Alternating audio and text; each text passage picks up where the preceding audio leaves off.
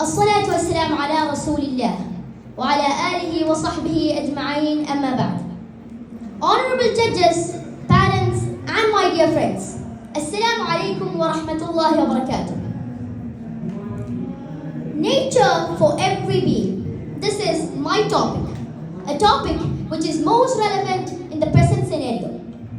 We, the Homo sapiens, are the last species that came to exist on the earth. Surprisingly, we are the first ones to wipe out and destruct all other creatures, thanks to our unmeasurable hunger for power, greediness, and selfishness.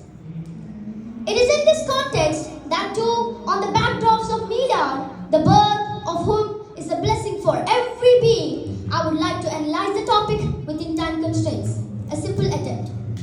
I would like to reflect upon the profound teachings of Islam that remind us of our responsibilities to honor and preserve nature for every being. Prophet Muhammad ﷺ was not only a spiritual guide but also an environmental advocate. His words and actions emphasize the importance of caring for the environment and all the living creatures. He taught us that every being, from the smallest insect to the mightiest mountain, is a creation of Allah, deserving of respect and protection. The Prophet's teachings encourage us to be the stewards of the earth, reminding us that our actions have consequences not only for ourselves but for the entire planet. He urged us to conserve resources, avoid wastefulness, and protect the natural world. In doing so, he set a timeless example of environmental consciousness. My dear audience, the nature is so designed and fabricated by Allah the Almighty in such a way that each creature, plant, and everything on the earth is interdependent. Healthy environment is essential for the biosphere.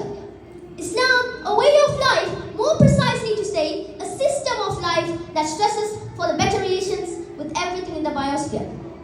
Holy Quran says, all the living beings are communities like you. Umamun amthalakum. Also, the Quran says that هُوَ الَّذِي خَلَقَ لَكُم مَا فِي الْأَرْضِ جَمِيعًا.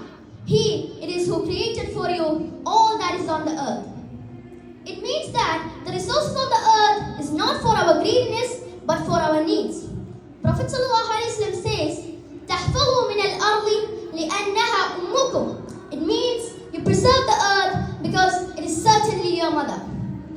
Hence, Islam clearly specifies to carefully handle the natural resources, water, plants, animals, etc.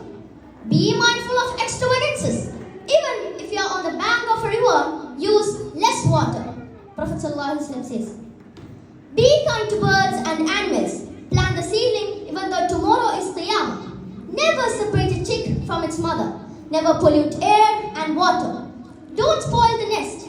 Thus goes the golden teachings of our beloved Prophet ﷺ. I conclude my short speech to put it in a nutshell. Nature is for every being. It is our duty to preserve it because it is our mother. It is not for the present generation alone, it is for the coming generation also. As Gandhiji said, everything for our need is on the earth, not for our greed. Greediness leads to natural calamity, a total disaster, as Holy Quran puts in, ظهر الفساد في البر والبحر بما كسبت أيدي الناس. وآخر دعوانا عن الحمد لله رب العالمين. السلام عليكم ورحمة الله وبركاته.